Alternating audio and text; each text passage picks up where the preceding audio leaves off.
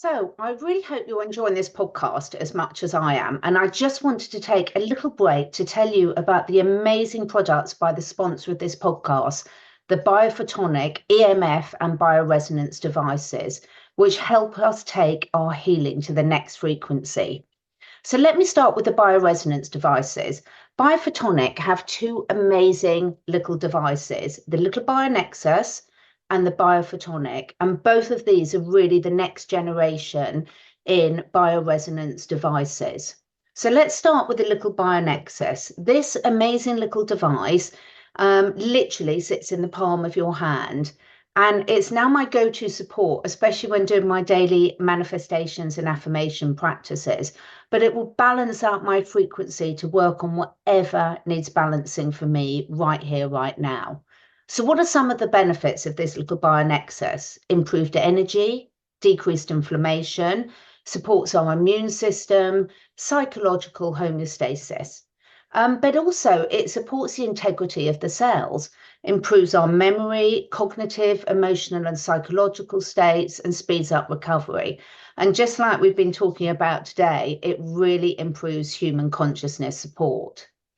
Now, the other bioresonance device, the biophotonic, absolutely amazing little device, comes preloaded with a range of therapies.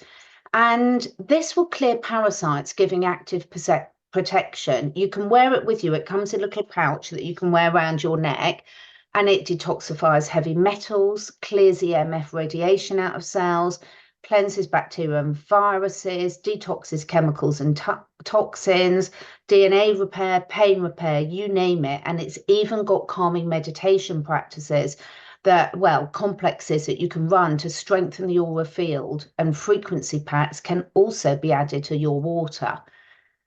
I think we all know the detrimental effects now of mobile Bluetooth and EMF radiation. They've been extensively studied and I've done loads of videos on it. So minimizing our exposure is crucial. So what's really key is both the biophotonic and the BioNexus. They're standalone, lovely little devices that don't require Bluetooth connection, a Wi-Fi connection. You don't need to buy any frequency packages. There's no subscription fee, and you don't need a mobile phone to control them. There's no electrodes. They're completely wireless, ready to use straight from the box. So you can get these and a full range of EMF protection devices that you can use for yourself and your pets. Don't forget to use coupon code CE20 to get 20% off all products, including EMF protection. Thank you. And now back to the podcast.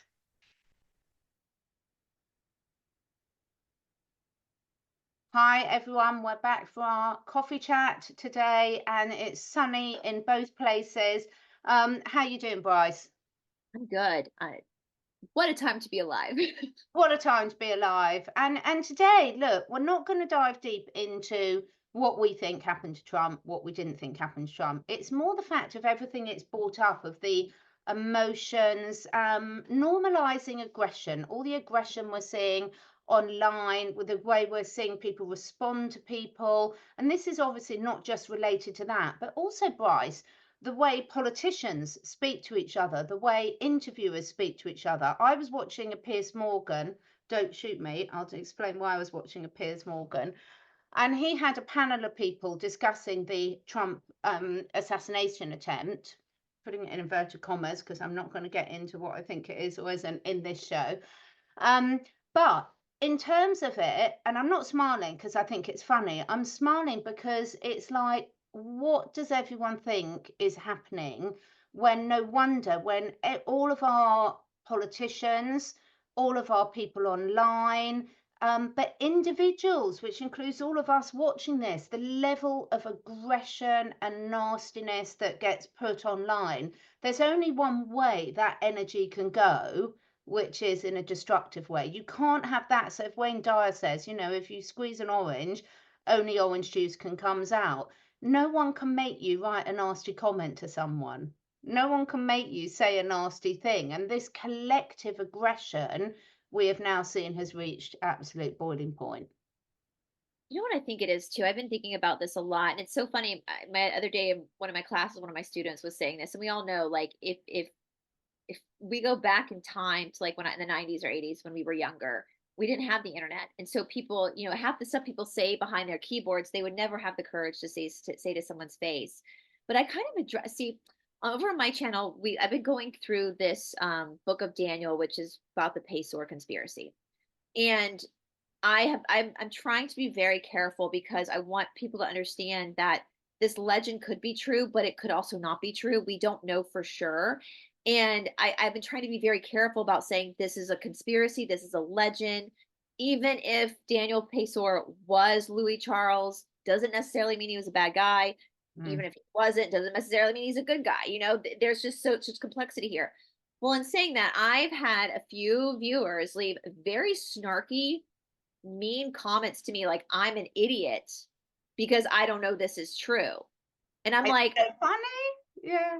Oh. I'm like, because and this is, I've said this before, Catherine, over and over and over again, but this is what we've been talking about. Like, so that the media is lying, but you think these YouTubers are telling you the truth? Like, this is supposed to humble us. Like the fact that we didn't know all this stuff and now we do is supposed to like humble us and have more discernment. But you know what I think it is, Catherine? I think it comes down to ego.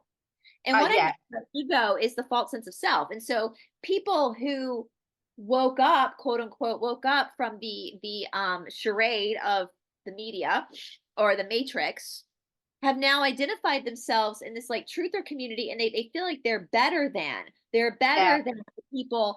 And I'm just like, oh my God, but that humility, not having that humility is what's going to get us into another bad situation. Anyway, so I just said I'm going to block people who are, please don't state your opinions as facts. Like these are just opinions at this point, and be it's absolutely hysterical. It is just absolutely hysterical. And I'm not being rude looking down. I'm just finding the video. So I'll link it below, but it's on the Piers Morgan channel. And the reason there's a point for me saying this, so bear with me, everyone.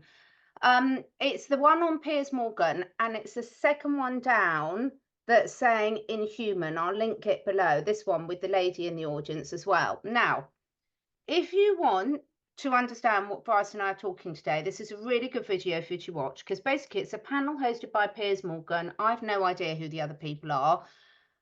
And it's an exact example of how nowadays people are not able to express their opinion without being insulting, abusive, shouting over other people. And I do have to give credit where credit's due. I'm not gonna, it doesn't matter who you agree with, if you agree with anyone on that panel. I'm certainly not a fan of Piers Morgan, but he conducted himself exceptionally well in that interview, because everyone was screaming over each other. Everyone was just getting abusive to get their point across, and he remained calm and composed. And this isn't about saying, well, this person's right, this person's wrong. It's about, this is a state we've got to where people on our television, where people in positions of responsibility, where people in social media, everything's abuse, it's snarkiness, and that goes with the comments. We've talked about it a lot, and we're not talking particularly about the comments on our show because we really like our audience and we get very few. But if you go on Instagram, for example, it's just unbelievable. If you look at every single interview that's out at the moment where someone's trying to decode what has or hasn't happened to President Trump, the way people aggressively, Bryce, express themselves, well, oh, you've got to be so stupid if you don't realise it's this, or go back into this. And you're like, watch that Piers Morgan one, and you'll realise like people are criticising others for how they're behaving. If you don't like that interview, then just don't watch it. Or, like you're always saying, you're one of your famous quotes, Aristotle, can you entertain an idea without being attached to it? I can absolutely listen to all of these with no attachment. Same. And I really can. I think too, maybe it's our age, Catherine, too. We always say like offline, we're like, I don't get this. Like if I stumble upon a YouTube channel that I think this person's like full of crap, I just stop watching it. Like I don't leave a comment. I don't it's not worth my time. Like so I don't understand why people, and again too, I think, Catherine, because we were in that unique position where we were a part of a community, we tried to separate ourselves because we saw some bad behavior we didn't want to align with.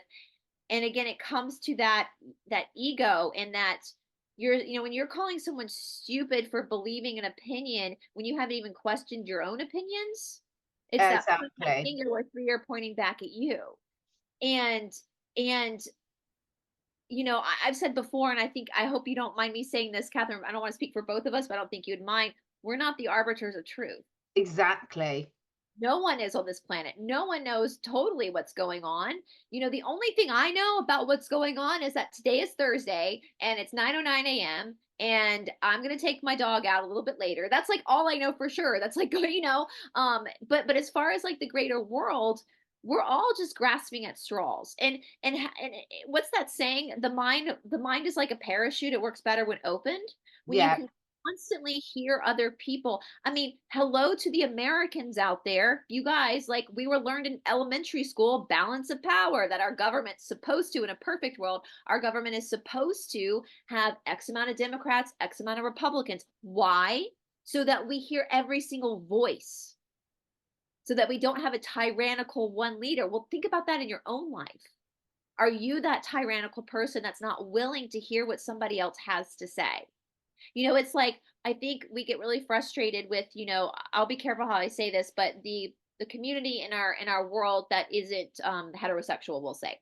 Mm. We get, but listen, I understand how people in that community can get upset, because I've had friends who are gay who have been abused. So I can understand like where their sensitivities are coming from. Now, with that being said, for them to try to beat us up for being straight is a totally different story. But like, are we at a place where we can listen to people and listen to understand like where they're coming from? I quote you a lot, Catherine, because you said it beautifully. Opinions really don't mean anything. It's the moral compass. So Absolutely.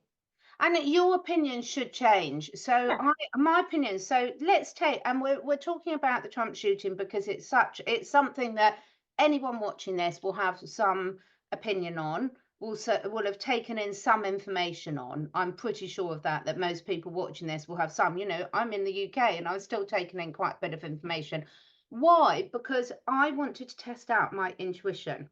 So Ollie Damagard and Kim Damagard, his wife, they're really good friends of mine, and Ollie's doing a webinar on Sunday. If you go to lightonconspiracies.com, you can sign up by donation for that webinar for a deep dive. Now, this is his area of expertise. He's been doing this for 25 years. He's an absolute expert about reading the signs. So I'm going to that to test out my intuition, to see about my intuition, to see what did I pick up, how much have I grown over the last few years, not about beating myself up, but which bits did I pick up. I'm not automatically assuming he's right either, but I know it will be a very thorough presentation because they always are, and it's really good learning. It's like a tuning fork for me, to sort of say, okay, where am I still being mind controlled, where am I still being programmed, etc. yeah, Because I think a lot of where we're going, and I've caught myself saying this a lot, Bryce, is, you and I, in every single show I think we've done, for as long as I can remember, we've always said two things can be true. Black and white thinking is delusional. So thinking that a two-party system could ever represent a lot of a thing is ridiculous. It's ridiculous in your country. It's ridiculous in my country. But I haven't got the solution. And I'm no. not pretending I do. And I don't want to be anything to do with the people that come up with the solution, because that is not my skill set. I'm better at looking after guinea pigs than that. But when we come back to the aggression side of things, it's like, what is missing in our own lives and our own self-belief and our own self-worth, that we react in that trigger? Shanti and I are talking in a minute about trauma responses and trauma relationships and trauma addiction. And it's like, when we're reacting to that, and we'll all have things that will push our button, or people that will push our button. But if we can just sit for a minute calmly and ask why are we reacting like that? Why is this so triggering to us? Which belief is so challenging us for us to change? Is it true? Does it serve us? So this, going back to this questioning mode, Yeah. rather than blaming the messenger. We spoke a couple of weeks ago and we were sort of saying, separate with Cathy O'Brien. I'll only say it once on the show. She said it so beautifully to you and I about, if we can separate the message from the messenger, then we're going to learn so much more, because that if it's coming into our awareness, there's a reason why we're meant to be seeing something or listening to something, and it's such a wasted opportunity to block it off with aggression. Absolutely. And it goes down to that sense of self. Like if you don't have a sense of self and you've identified yourself by these labels you put on yourself, like a truther or awake, and then somebody challenges that, is going to challenge your own identity. But if you have a sense of self, you can rest in yourself and you can rest in who you are as a person with, despite all the opinions. Then when someone challenges your opinion, it's not going to trigger you. It's just be like, that's an interesting perspective. I'll tell you something. I don't even know if I told you this, Catherine. So there are these bracelets in America that are being made for like she, her, him, he, Mm. different colors. And I have this bracelet on. And I got a comment, a very abusive comment. I blocked the person about this bracelet, claiming that I was supporting the because it looks like the she, her stuff. Do you know where I got this bracelet? Your My niece. 10-year-old niece made it for me. Mm. My 10-year-old niece, Jacqueline, made it for me. She goes to a private school. She doesn't know anything. But please, my sister and brother-in-law, if any of their kids came home with that crap, they get smacked. So my 10-year-old niece made this for me. She made it for me, for her aunt. And I love it. It's a little bracelet she made. I love it. I love wearing it because she made it for me. And for a 10-year-old who can't go shopping or do anything, that's how she showed me she loved me. That's her Mm. expression of love. I have when I used to film in my kitchen, I have refrigerators she likes to color. And so I have all these different from when she was really little, like stuff she colored for me. Mm. She's very artistic. I have them all over my refrigerator still. And whenever she comes over, she gets so excited that I actually still have them on my refrigerator. And I've had people say that it was an Illuminati picture. I'm like, my niece colored that. Like that is she's 10 now. Those are probably from the age of 3 to 8 that we have on Mm. the refrigerator. But that aggressive attack of assuming, and you know what they say about assuming, my dad used to say this to us, it makes an ass out of you and me, to assume that that's what that was when literally it's super innocent. And literally, I'm so glad that my sister monitors my niece's activity on YouTube, because if she had seen that comment when she made this for her aunt, that would have crushed that 10-year-old little girl.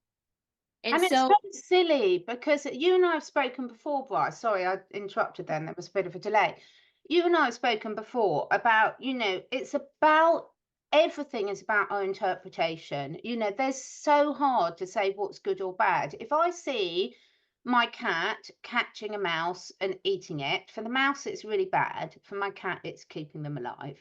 yep, If we listen to a bit of our favorite music, regardless of what these people are involved in, whether they're the real purpose or not, does it bring back happy memories? Does it lift you? Does it take your emotions up the vibrational scale, or yeah, does it take it down? Now, I'm not pretending, before everyone jumps down my throat, I'm not pretending that vibration, music, words aren't spells. I'm not saying that.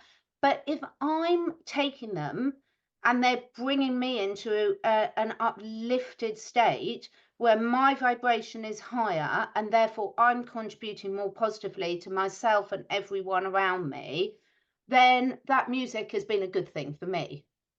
because two things can be true, right? I said that as well. I grew up with my parents, they were young in the 70s. And so with my sister and I grew up with a record player. I learned how to use a record player, and we had all their old albums, and we learned how. So I grew up listening to Led Zeppelin, to the Mm. Rolling Stones. I thought my dad wrote Stairway to Heaven, not Stairway, Hotel California by the Eagles. I thought my dad wrote that because he played on the guitar all the time. Like I was super confused when I found out it was on the radio. But I have such good memories of Mm. actually my sister and me playing, like dancing in our Mm. living room, like with these records that, yeah, okay, maybe Led Zeppelin, maybe they're not the best of people. I don't know. I don't know them. Mm. I don't know. Maybe, but the memories, it's so, it brings me back to a more innocent time. My parents were younger than them, so they would dance with us, and it was that connection between their childhood and our childhood, and so, but doesn't that show you, like, Catherine, if taking this perspective of just immediately attacking with aggression, especially with something like a bracelet that my niece, how, if that was misunderstood because we're in this aggressive mode, how many other things have been misunderstood? How Oh, many? completely. Oh, that's such a good point, because The thing is, so again, the reason I've been watching it is I love studying animal behavior and human behavior. I just love it because I learn so much about it. I mean, anyone out there who's a parent, put your hands up in the chat. How much do we learn about our own habits and expressions by watching our children? Because there's nothing more of it. It's like they've got it from you folks. And it's really funny. My husband and I always laugh all the time, saying, oh, we'd better top up the counselling fund for them, because all these things that we didn't realise, because you can't see it yourself. You can't. It's like Bruce Lipton says all the time, you know, we've all got your friend, and you meet your friend, and you know your friend's dad, and you say to them one day, you know, Bryce, you're so like your mum. I won't say you like your dad. You know, you're so like your mum. And then Bryce goes mad, says, what do you mean? I'm not like my mum. But everyone else can see it but Bryce. Because we've all got these blind spots, because for us it's normal. It's like every time I do a consult with people and I say, right, tell me about your diet, everyone will say, well, I eat really healthily. Well, what does that mean to you? Because if you look at a typical American breakfast and a typical British breakfast, and I know I'm generalizing here, folks, but it's very different to a Finnish breakfast or a Japanese breakfast or a Korean breakfast. So this is what I mean. We think it's normal because that's what we've grown up with. But going back to the aggression side of things, I would love your opinion on this and the opinion, Bryce, of people watching. So some of the interviews I've said is, now bear in mind when I'm mentioning people here, I am only saying it to make a point. I'm not saying I agree with them at all. But so many people that there has been a coming out like, right, let's get Kennedy protection. You know, we've probably all heard the phone call between Trump and Kennedy now that supposedly didn't know was getting out. I mean, come on, guys. You know, if you're in that position, you realize when you're being recorded and not. But anyway, you know, and then people are coming out saying we need to calm down the political temperature. We need to do things like this. Now, it's not that I want your opinion, honestly. If someone's saying, say, Biden and his team are coming out saying we need to calm down the political temperature. My way of seeing it, and I'm very happy to be proved wrong, is again, two things can be true. We don't believe they mean it, but to shout them down for saying it is just encouraging more bad behaviour.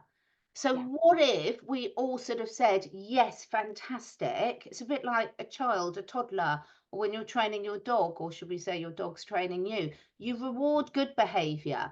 And I'm not saying you take your eye off the ball and you don't look at what they're doing behind closed doors, but everyone's buggered if they don't now. You can't win because you say you're going to change a behaviour and then everyone shouts you down. It's a bit like if you've been in an abusive relationship. You've got to allow people to change, but still have your boundaries up and still have your Oh, awareness up. absolutely. Absolutely. And I actually, you know, I think we talked about this last week. Like the guy was like, forgive like you've been forgiven. Like, yeah, Yeah. there's things are, again, they're not black and white. Things are complex. Humans are complex. And you can absolutely forgive someone and keep up boundaries and keep your eye on them.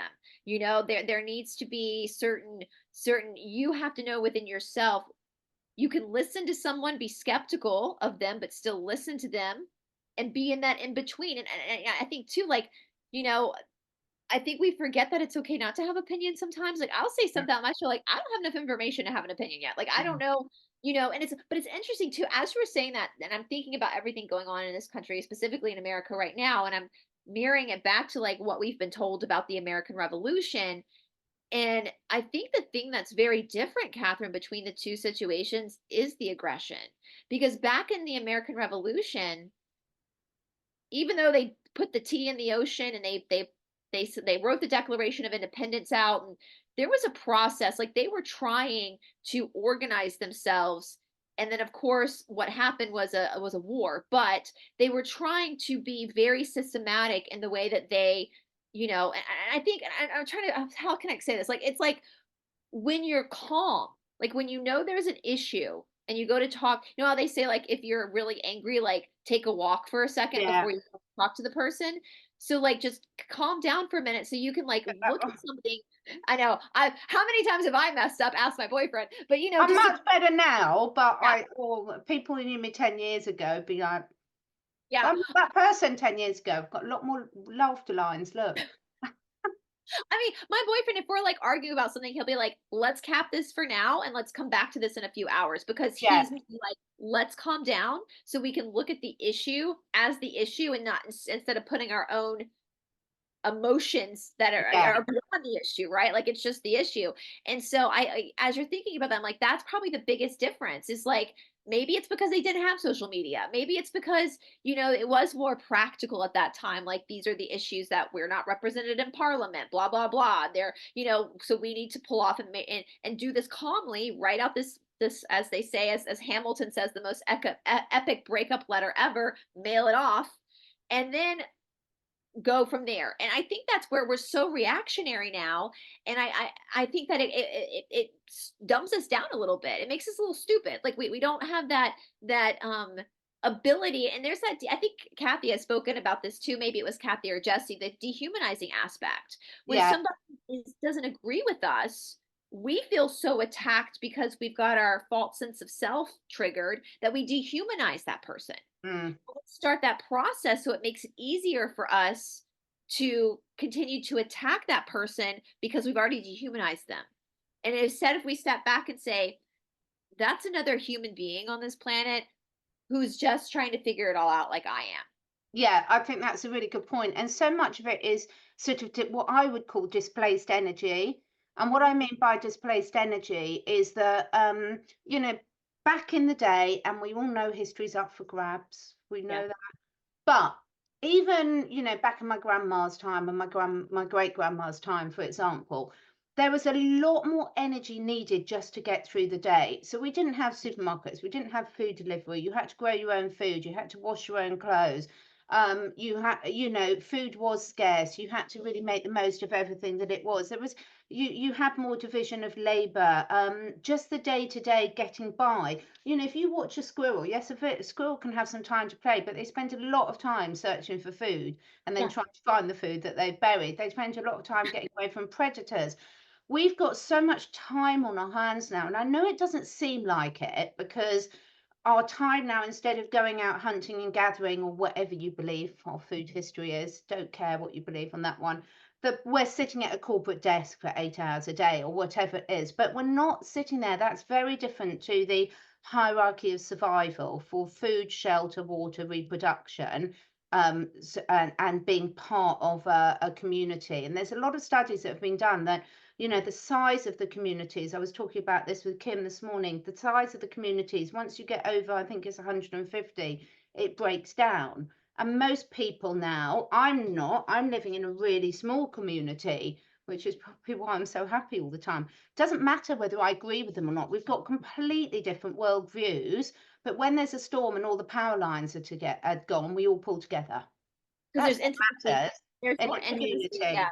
I Yeah. don't, That's what other decisions we all make for each other, we don't even discuss them or get involved because it's none of our business. But do we all pull together in a crisis? Absolutely. Very, very happy with the community where I live. Do I care what their views are on other things? No, they're kind people, they're nice people. I'm very happy to have them as neighbours. Thank you very much. But when you're in a big city conglomerate, that community isn't there for no, it's most not. people. Of course, I'm sure some of you have got lovely little communities, but it's the exception rather than the work. They know that people who live in cities are the loneliest that Yeah. ever. There's more stress levels, there's more unhappiness, everything. So therefore, the way we've been set up to live is so out of what makes us happy humans and feeling safe and secure. But the only person that can really change that is you as the individual. It's so right. I used to say that when I was a kid, that you actually are more alone in a city than a small town, because in a city no one gives a shit. In a small town everybody knows who you are. Yeah, You know, but it is that community. And yeah, and like I think about our yoga shala, we've developed a really tight knit over the years community at our yoga shala, and we don't talk about politics. We don't talk no, about any of that. But we don't need to, because everybody knows each other. They support each other. They love each other. But it's interesting, the whole idea of energy as well. I was thinking about when you said that, of course the form of yoga I practice is it's traditional. It's very different from what you see in contemporary. It's very extreme. A lot of use. It's very hard. And I remember years ago my friend, we were sitting in the lobby after Mysore practice and drenched in sweat. My friend's just like sitting there, like you could tell she just doesn't even want to stand up. And she looked up and she said, I don't know if this practice makes you more enlightened or if it just makes you too damn exhausted to care. Yeah. And that was such a true statement, like, because you've worked this energy out. And so you're right. I think we are feel, and that's when we do our shadow work challenges. I put about kickboxing, like to get the aggression out. So you're not misplacing that aggression. The aggression you're feeling is real, but you have to be the person responsible with what you do with that. Yeah. And if you take it out on another person, that's more karma you're creating for yourself. But if you use that and get it out in a healthy way, then you've rebalanced yourself as well. And so that's such a good point. And yeah, my mom used to say that about her parents. My grandparents, they were born in the 20s, grew up in Charleston, South Carolina. And, they Charleston, for those who don't know, that area is famous for a type of dance called the two-step, the Charleston, the two-step. And so that's what they would do when they were kids. They would go to these dance halls and they had the swing dancing. That's where it comes from. And my mother would say that all the time because her parents were always thin. They never dieted. They never, but their whole life was an expression of energy. Whole life was dancing or doing things. It was you did stuff, you didn't lay around and get on your computer and have your computer. I mean, my grandmother would talk about it's funny because we're the vegetarians and I've inherited the butchery block, which is a very expensive like table, but it's for the my grandmother bought it. She would have to go to the butcher. That's where she would, she didn't go to the groceries. She went to the butcher. And now, I mean, that's karma. That's kind of funny, right? We're the ones, except for Robbie. Robbie is he's making good use of it now. But yeah, I think this is the thing. I think when we're feeling it, it's not about criticizing it. Like it's there society-wide. So, there's a reason. Every time things are society-wide, it's not just down on you. There's a reason why you're like that. But if you can get that energy out, as you say, that aggression in a healthy form through dance, through exercise, through building a garden, even better, helping your elderly neighbour to decorate or cut their lawn or whatever it might be, but to redirect that energy into something positive, and then to sort of, I think I really love what you said, to understand that mainstream media apart, a lot of normal people, by normal, I mean, I hope no one ever calls me normal, but most people just, getting on sort of living their best lives. We're all trying to do the best we can with the information we've got. And if we make mistakes, it's really lovely to allow people to say, I made a mistake, apologize, help them perhaps, see another way of doing it, give them constructive ways forward rather than blame and shame, because that negative cycle of energy as a planet, we're sort of caught so much in it in Western society so much now, and we've got to change it, folks. We can't ever get to where we want to from that place of negativity. It's just not going to happen. And I will say too, to top that off, if you're going to dish it to somebody, your aggression, you got to be able to take it too. Yeah. Absolutely. Well, thank you so much. Thanks for that chat. I love it. Let us know below. Let us know, are you feeling it? What are you feeling? What are you saying?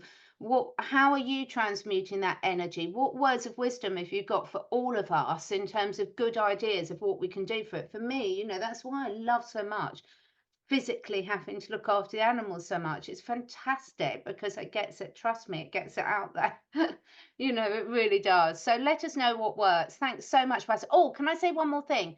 Talking about transmuting energy, it's the last 24 hours. I'll put the details below of the 50% off sale for anyone that wants the EMF protection devices. It ends tomorrow night, midnight UK time, 50% off. We're doing this because we really want every child, every person, every animal, because a lot of these external influences are having a lot of impact on our vibrations. So you can transmute a bit of that safely. So just plug in that, I'll put the link Thank below. you so much for taking the time to listen. And if you feel inspired, please do share with your friends and family. This helps us spread the word and also helps me encourage some exciting new guests to take part in this podcast. And above all, stay curious and stay free.